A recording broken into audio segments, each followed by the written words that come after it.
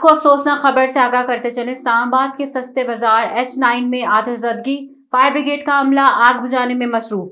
मजीद जानते हैं हमारे नुमाइंदे राजा रुखसार से। जी राजा रुखसार, बताइएगा।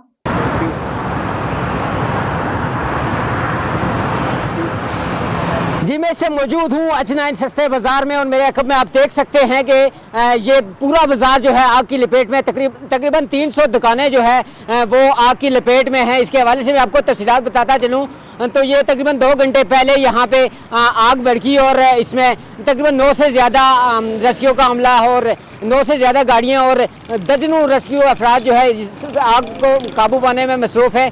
इसके अलावा जो है डिप्टी कमिश्नर साहब ने ये बताया है कि आग पर काबू पाना मुश्किल है, लिहाजा उन्होंने जो है दीगर इदारों से भी रेस्क्यू का अमला मंगवाया है और वो इस टाइम आग पर काबू पा रहा है।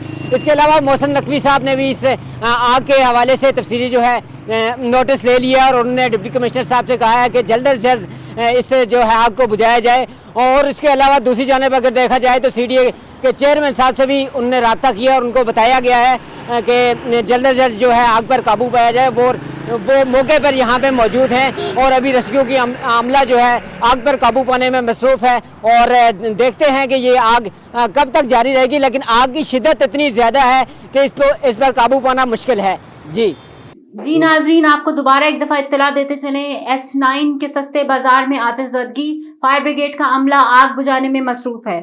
बहुत शुक्रिया राजा रुखसार, हमें तफसीलात से आगाह करने के लिए।